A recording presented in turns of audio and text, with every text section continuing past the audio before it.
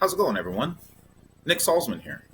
Welcome to part two on my talk for the 2020 West Coast Outers Online Convention. Today's topic, we're going to talk about subpersonalities and disassociated consciousness and how that relates to earthbound entities. Thank you for being here. Let's go ahead and get started.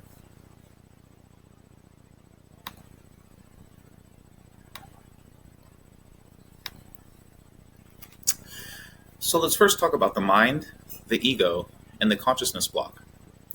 The mind is what perceives ideas of inspiration and fascination. It is free of thought, judgment, or any kind of boundaries. The ego is in charge of the fight or flight response. This is something that is a defense mechanism, and it is useful and helpful for us to have it. However, it always wants to be justified in its actions. It's the part of you that always wants to be heard or always wants to feel like you're right. It's the ego. Like I said, it's great for protection, but I wouldn't let it take the wheel in our life because it's heavily influenced by emotions and emotional trauma. The consciousness block that we're going to refer to in this video basically is a memory chip that holds all the memories of pain, trauma, joys, everything from all lifetimes is held in an area called the consciousness block that we are going to be working on.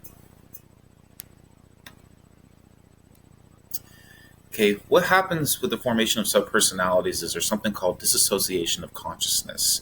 Whenever we experience a very traumatic event, it's something that's really hard for us to deal with or maybe process, or maybe we're too young and don't quite understand. What usually happens is we put it out of our mind or, try and make it so we don't think about it anymore or don't remember it. Sometimes it completely disassociates. There is levels of disassociation, some much more mild than others. Mild forms would be like driving down the road and kind of being on autopilot and not remembering your route, but remembering that you get home and that you got there without really thinking about it. Or maybe you're talking to someone in a conversation and for some reason you start kind of spacing out and you don't quite remember what they were even saying. That is also a form of disassociation.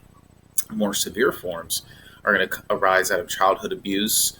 Maybe for our military men and women, PTSD is a big one with that. And I've even seen it to the point of identity disorders. So, interesting thing about these subpersonalities, not only can they influence our health, but they can also be an attractant for other dark energies that would like to attach to the trauma or vacant space in the consciousness block, which is there from consciousness disassociating. Most disassociation of consciousness kind of leads to self-sabotaging behavior, and it can induce phobias of unknown origin, whether it be of water, of heights, spiders, snakes, whatever. It can help induce those phobias from an unknown origin. So subpersonalities are the unfolding and projections of the physical consciousness or current personality of the incarnated person. They are fueled by desire of frustrations, hatred, anger, and repressed emotions or beliefs. Subpersonalities detach from the consciousness and move to the unconscious where they continue in autonomous or separate existence.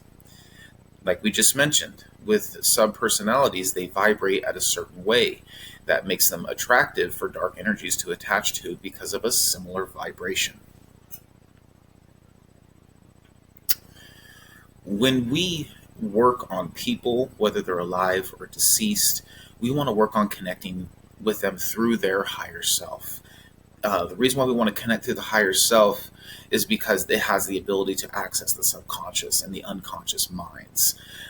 Not only that, you can ask it for assistance and ask that it scan all areas of the psyche and see if there's any kind of entity attachments or any of that kind of stuff with a person you're looking at, or maybe there's an entity in your house that you're trying to figure out what else is attached to it. You ask through their higher self. The one thing with the higher self, though, is that it won't violate the free will of the spirit. Meaning, if you have a spirit that's attached to a subpersonality and you just try and clear it without trying to heal it, treat it, decustomize it, that kind of stuff, it won't work and it won't clear because it has free will and it chooses to stay that way, and the higher self respects that. So what we have to do is be able to decustomize it and get this entity or subpersonality in a way that it can be mended back to the consciousness or sent back to the light. And if all are in agreement, then it works very effectively.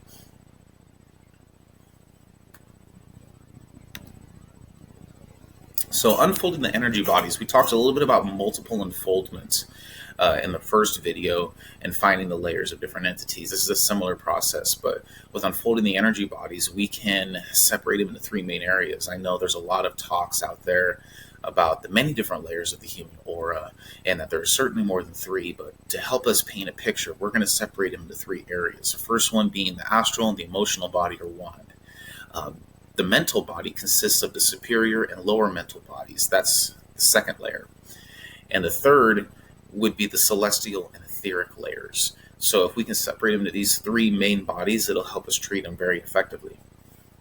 So when we talked about entities that can attach to subpersonalities and consciousness that has disassociated, we have the ability to unfold a subpersonality or a disassociated consciousness or a poltergeist or any of that kind of stuff. We have the ability to unfold it and reveal what else is lingering behind the scenes or what's attached to this stuff that's causing us not to be able to clear it. So that's the good thing about unfolding the energy, is it helps reveal the seed or the root to the problem.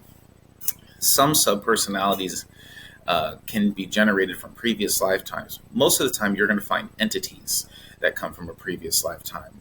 Subpersonalities can be usually generated from childhood or maybe something traumatic in life, like a car accident or a death of a family member, or just a really, really severe life change, something like that. Let me move this little picture out of the way real quick. So, self-induced parasitic mental currents. This really can be termed as self-sabotaging behavior. What we want to do is we want to be able to help neutralize some of these negative thought patterns that can make us feel depressed, anxious, or have fear, or even rage about a lot of stuff. So it creates kind of a crippling effect that can be very paralyzing to making any kind of decisions. We can't leave the house. We don't know what to do with ourselves. People are trying to invite us places, and we're like, no, we can't go. For whatever reason, we oftentimes halt our happiness because we're too busy consumed with our own negative thoughts.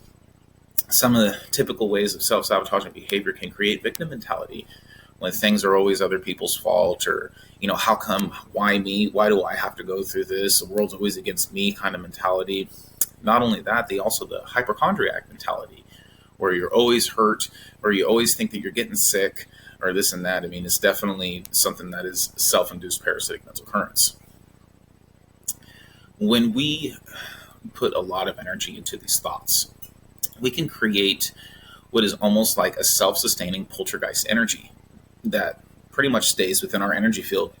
It can sit on our chest, and it can sit on our back. Basically what it is it's a cycle. It can make us think negatively and hold on to those negative feelings and really bring down our vibration and kind of produce a lot of other not so good health habits. Traumas like car accidents or some kind of hard blow to the conscious or any of that kind of stuff can really knock this energy loose. Sometimes it can remain in the energy field where it can be an attractant to other kinds of dark energies. Now, let's say it's the case of domestic violence and somebody gets really, really hurt inside of a home.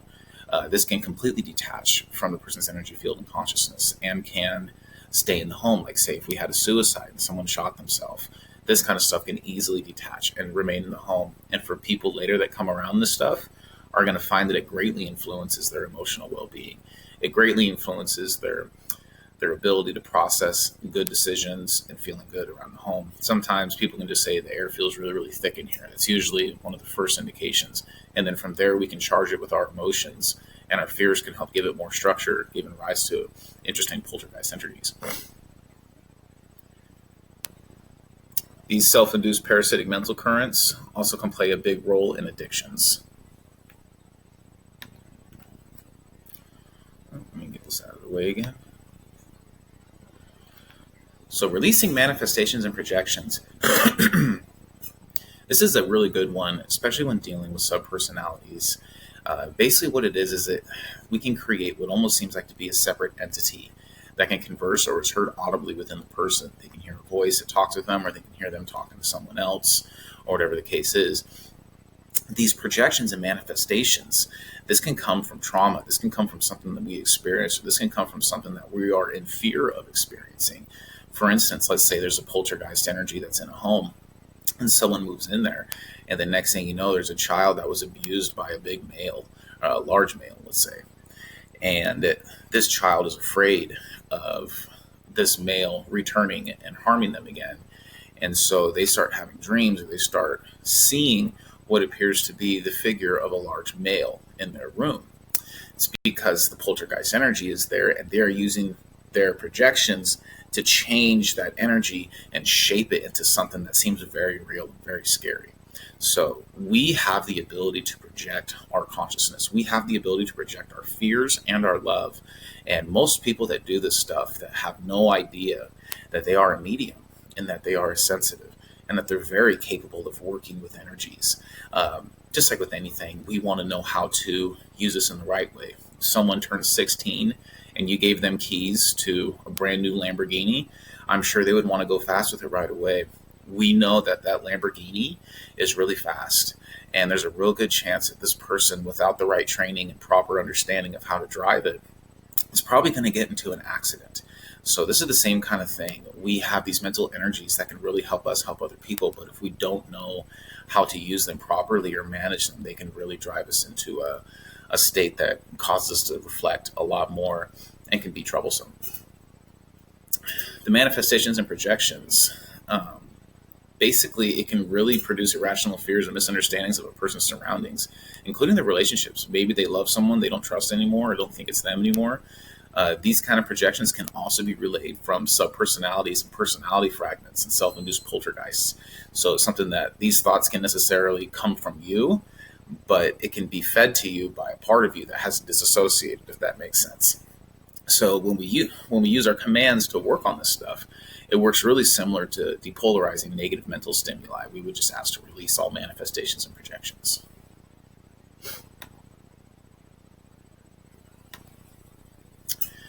Okay, magnetizing of consciousness. Humans, in our physical body, we carry a strong electromagnetic field, and we have the ability to manipulate magnetic energy of the mind, body, and spirit with focused intention, positively or negatively. Basically, what it comes down to is we have ectoplasm as the life force energy that surrounds all the cells in our body. Now, with our focused intent, we can ask to send healing energy or to do whatever it is, and we can send our ectoplasm that basically can help revitalize spirits. Back in the early 1900s, it was known that mediums would secrete this ectoplasm that would allow spirits to manifest. And so it's been well known, but kind of less understood. So basically what it comes down to is, how do we heal them? Where our thoughts go, the energy flows. And so we can definitely affect the living and the deceased through mental energy, ectoplasm, and magnetizing energy. What this does is it induces a process that's similar to alchemy. So like if you can turn lead into gold, you can turn trauma and turn it into divinity.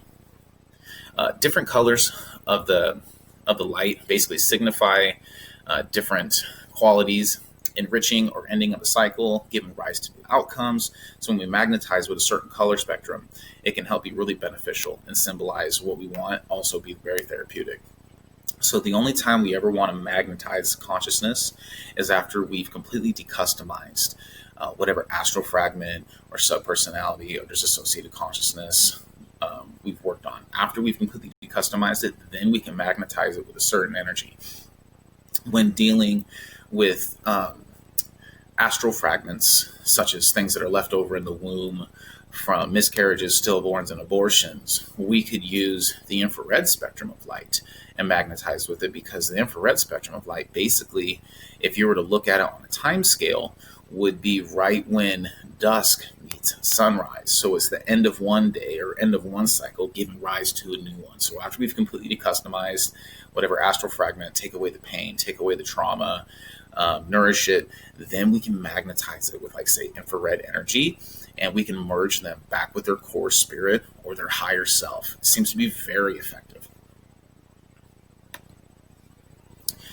However, violet energy is what we're going to talk about when it comes to the use of subpersonalities. So violet energy is a maturing energy that symbolizes the end of a cycle and commences the dying process. It can be seen on the time of day as when sunset meets nighttime, ending one cycle and giving rise to another. This can be seen seasonally as the fall equinox, end of fall, beginning of winter, into the death cycle. A lot of us have heard about the violet flame of Saint Germain, and it's a well-known violet purifying tool. Violet will assist us in completely decustomizing disassociated consciousness and mending it back to the consciousness block when we're done. So it's important to mend the disassociated consciousness back to the block after we've completely decustomized it. If we don't completely decustomize it, it won't mend back properly and it'll stay disassociated. So once we get the consciousness mended back to the consciousness block, what can it do for us? It can help us induce balance to all hemispheres of our brain. It can help us think clearer. It can help us have more energy. It can help us feel better and overall making our experience of life better. Like I said before, it will not work if it's not completely decustomized or if there's an entity attached to it that we haven't found yet and that we haven't removed. So if we work on the disassociated consciousness or subpersonality and we don't unfold it to see if there's any entities attached to it, we can never really get to the root of how to actually treat it effectively.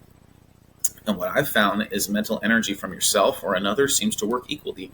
I would work these commands on myself, and they seem to produce some really good results. I work the same commands on other people, and so it produces really good results. So this is something, if you're curious, can you do this work on you? You absolutely can. It works really well.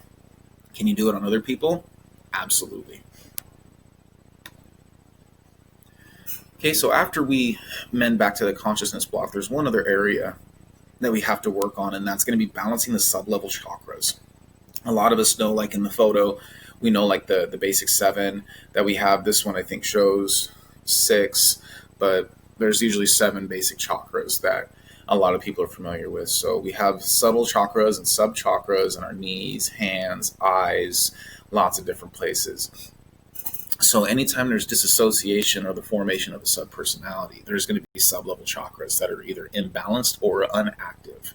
And so after we mend things back to the consciousness block, and we've done that, we want to make sure that we balance and align all sub-level chakras and all chakras in the person's body or in the spirit's energy field.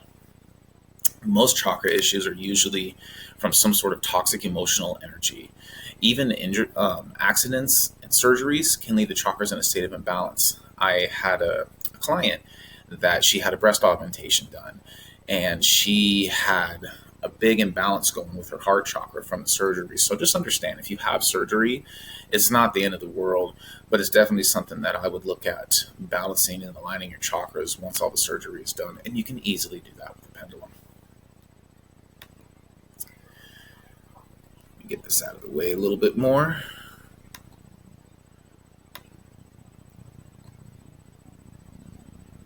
Okay. So types of violet pendulums. What kind of pendulums are we going to have that's going to work really, really well for this? Okay. So you got to have something with a violet spectrum on it that's going to work. The Myrrh Isis one over here is kind of a well-known pendulum, one that you've seen for therapeutic and pain remedy and stuff. This one I would recommend. Myrrh Isis pendulums are great. Some people like the heavier, bigger ones. You can get a big one and it works. For those that enjoy a smaller pendulum or love doing chart work, we have a teardrop pendulum right here. This one seems to be really effective. You can do distance work with it. You can do distance clearings with it. It's lightweight, but it's super responsive, and it allows people to use the charts too with the small point on the front. This one over here is the double mermaid, also purple, also has the exact same qualities. Some people prefer this kind of stuff when they're doing map dowsing or whenever they're doing chart work, but I can tell you this is a violet spectrum. It is very capable of doing deep cleaning on people. This cool looking one over here is the DNA Tree of Life pendulum by Eric Hunter. This one has a nice violet spectrum to it as well. Custom design to it, very effective with the work that's described in this video. If you're interested in one of those, you can stop by pendulumalchemy.com and check out what he has. This one right here in the middle, the Sekhmet pendulum, this is a pendulum of my design. This is something that I designed specifically for this kind of work. I think you'll find there won't be another one out there like it, but something that I put a lot of time and energy in coming up with a quality tool for people that are interested in doing this kind of cleaning work. If you're interested in getting one of those, you can email me, nicksalzman@gmail.com. So when I'm working with entities, people want to know, how do you know what entity is what. So here's a little chart that I came up with. You guys are welcome to screenshot this, download it, use it in your tools, whatever you want to do. This is fine. This is actually a chart that's coming out in my new book. So I'm showing you guys a little preview of some of the good stuff that's to come. So with this, for those of you that aren't familiar with it, I'll use my little laser pointer here. We basically start with the pendulum and hold it right here in this middle area. Okay, so when we ask, okay, do we have permission? Let's say there's someone we know and then we think they have an entity attachment or something like that. Something's in the house. We can say, okay, universal knowledge, do we have permission to ask the higher self of so-and-so a few questions? And if we get a yes, we say, okay. We say, all right, does this person have any entities attached to them? And we can get a yes from it, okay? Then we can say, how many do they have? And in this instance, we'll say 1. We'll say the pendulum swings to 1, okay? And I'll say, all right, cool, thank you. Universal knowledge, does this, can you show me what kind of entity this is? And let's say this person has moved into a home that now has a residual suicide left over there, someone that killed themselves in the house before, and now they moved in and now it's there. And I'm going to say, okay, universal knowledge, thank you. Are there any entities attached to this residual suicide? Okay, and let's say I get a yes. And I say, universal knowledge, please show me what kind of entity do we have attached? Okay, and we're going to say a subpersonality. Subpersonality is attached to this earthbound entity, but we're not going to stop there. We're going to ask, okay, universal knowledge, does this subpersonality have any other entities attached to it? Okay, and we're going to get a yes. And we're going to say that it is, how about an earthbound spirit? Earthbound spirit attached to the subpersonality, and the subpersonality attached to a suicide. So already we're getting kind of in depth on how things are. This is how it works. We want to be able to find as far back as it goes. And just to make sure that we're on the same page, I'll ask, do we have any other entities attached to the earthbound? No, we don't. Okay, so now we know we have a residual suicide that has a subpersonality and an earthbound entity attached to it. And we're going to use that going forward, okay? So before I get in and talk with you guys about other stuff that I have, let's talk about the protocols real quick, okay? So I'm going to grab my pendulum. It's my Sekhmet pendulum. It's the one that I designed for this kind of topic and this kind of course. And I'm going to run through with you guys some protocols on how to deal with something like this. So let's say I got a friend that has an entity attachment. They just moved into a house with a residual suicide that's still there. And we were able to pick up on this stuff. Now, whether you want to discern with them or not, this or tell them this information is up to you. But I would definitely use discernment on being weary about telling people they have an entity in their home. I would just say something simply like, hey, looks like you got some residual energy from the people that used to live there. Let me put a blessing on your home and help you sleep a little bit better at night. You know, got to get into it that, oh, you had someone in the back bedroom kill himself or any of that kind of stuff. You know, if it's someone that's capable of understanding that and receiving that information and they think it'll be helpful, then okay. But if it's just someone that's having a hard time and you know this stuff or you're able to pick up on this, just use discernment, just because it could really make people really scared. And so we're here to just kind of work as like going in through the back door when everyone's sleeping and taking out what's in the house that doesn't belong there. So what we do is kind of in secret, and what we do is good and by the light. So let's go ahead and let's get started with these protocols, okay? So let's say at this time, I ask, okay, universal knowledge, do I have permission to contact the higher self of my friend? Okay, I get a yes that I do. I say, thank you. I say, okay, can we scan all areas of his psyche and tell me if there's any entities attached? Okay, thank you. Please scan all areas. The pendulum will spin. Then for me, once it gets back to this north and south swing, then I know it's ready. And I say, okay, do we have any entities attached? Okay, I'll get a yes. Okay, so just like when we use that chart, let's say we have a residual suicide that has a subpersonality and an earthbound entity attached to it. I'm going to go through the protocols, and I want you guys to watch how I do this. Your guys' words don't have to follow mine, but follow the structure and see how all this is done, because it's going to help you understand how to do this stuff when there's more levels to it. So I'm going to say, okay, universal knowledge, do I have permission to conduct a field of force around all entities in this house? Okay, and in the first video, we talked about a field of force being a bubble of electromagnetic energy that we send out, wrap around the entity, and now we can affect anything that's inside this bubble. Okay, let's say the bubble's around the entity now. I'm going to say, okay, do we have permission to connect their higher self? Okay, got a yes. I'm going to start off by saying something like, greetings, my name is Nick. I greet you in the light and love of the Creator. I'm here to help. At this time, can you hear me? Okay, they'll give you a yes that they can hear you. I'm going to say, okay, are you in pain or discomfort at this time? Okay, and we get a yes. And you say, all right, hold tight, open up, relax, and receive this healing energy. I can assist you at this time. Universal knowledge, I ask that we cure all astral lesions in this entity, taking away all of their pain from all lifetimes. 1, 2, 3, 4, 5. Thank you. I ask that we depolarize all negative mental stimuli stored in the bank of memory of this entity. 1, 2, 3.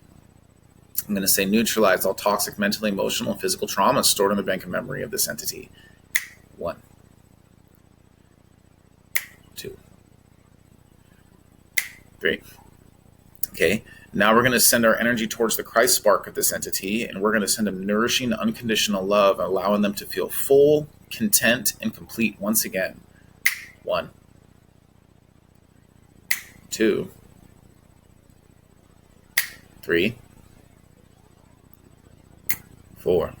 Okay, and now at this time, before we try and cross them over, we ask them a simple question, or two questions actually. First one being, do you feel a little bit better? Okay, you get a yes. Then you ask them, is there anybody else there with you that's angry or upset that I'm talking to you? Okay, we get a yes. Instantly we know there's something else that's there, so we're going to ask for permission. Universal knowledge, do we have permission to unfold the energy of this entity? Okay, we get a yes, and we ask to please unfold the energy. 1, 2, 3. Okay, universal knowledge, do we have the presence of a subpersonality? Yes, we do. Okay, now understand subpersonalities and disassociated consciousness, they don't need to be put in a field of force because they're already connected to the higher self of the person. So we're already connected to the higher self of the person, so let's work on the subpersonality.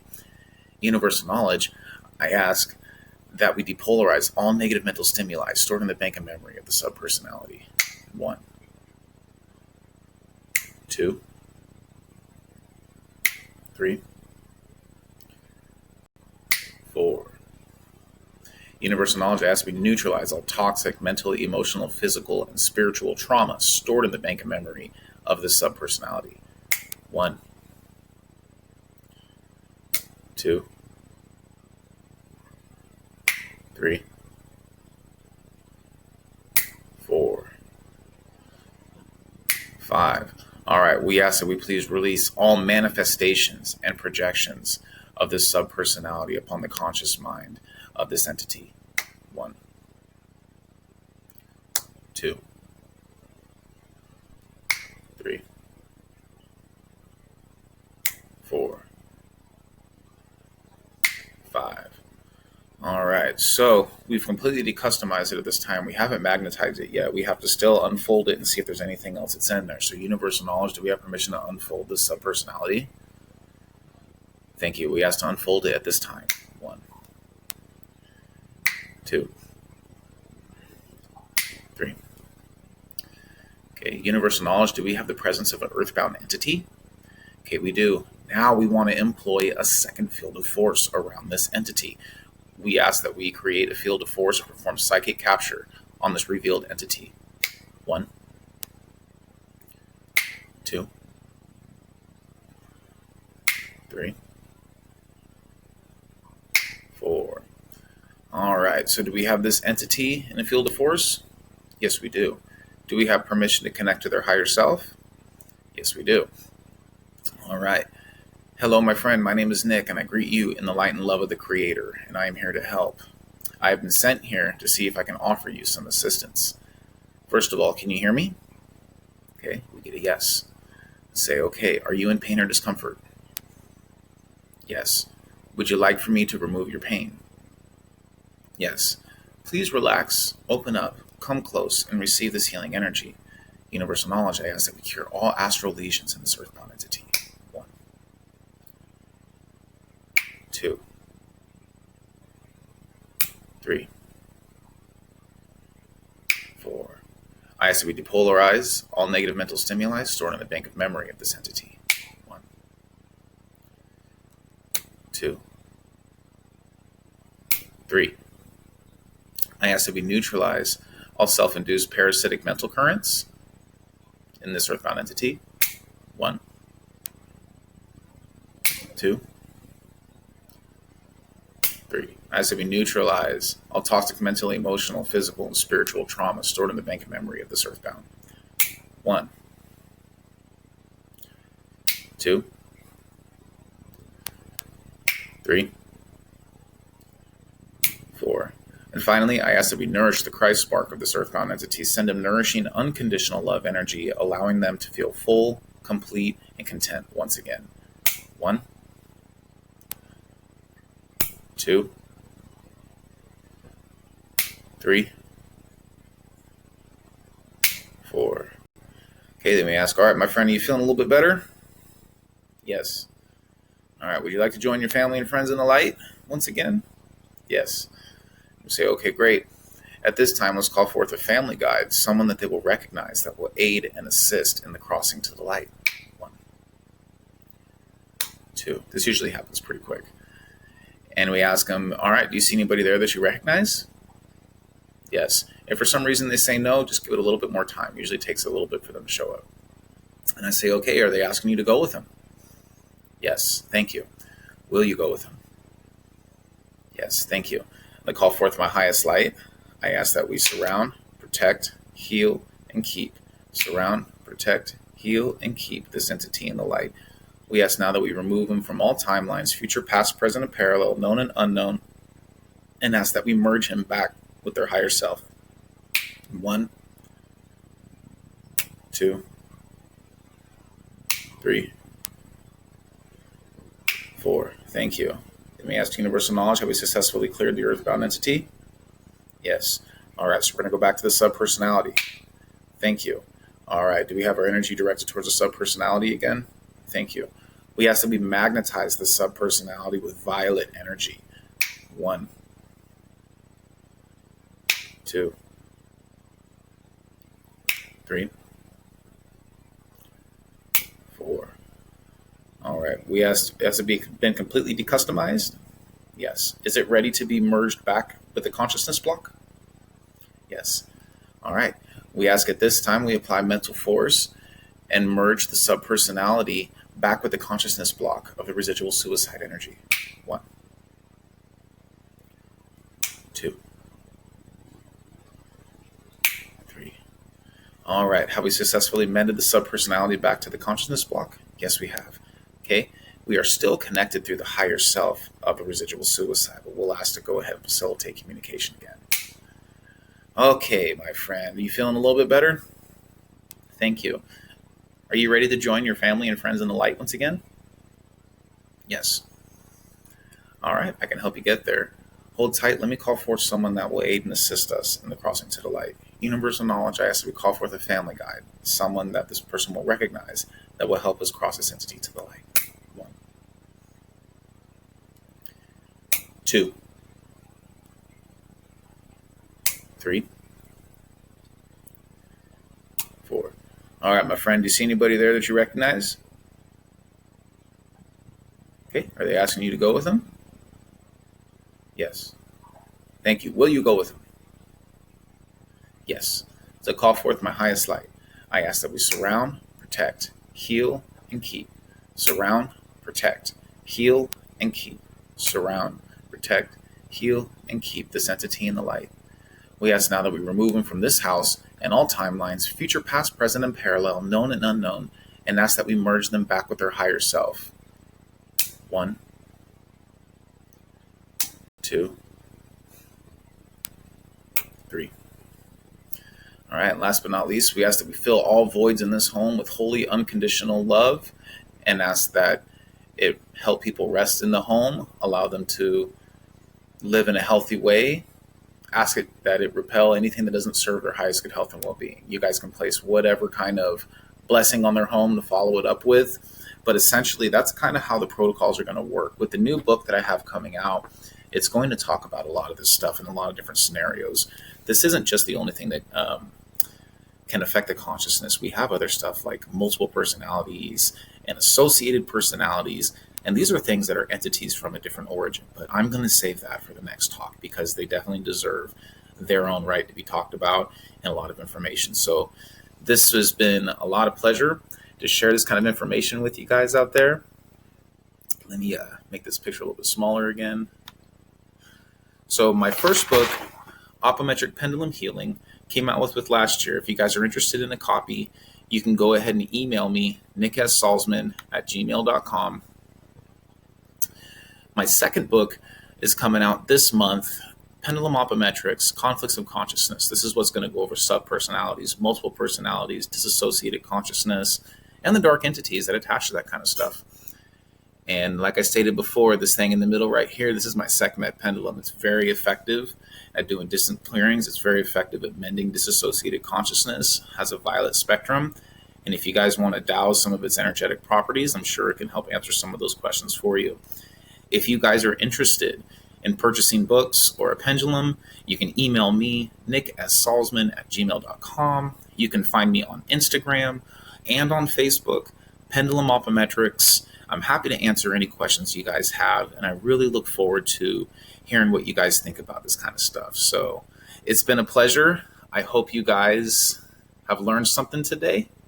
And yeah, this has been a lot of fun.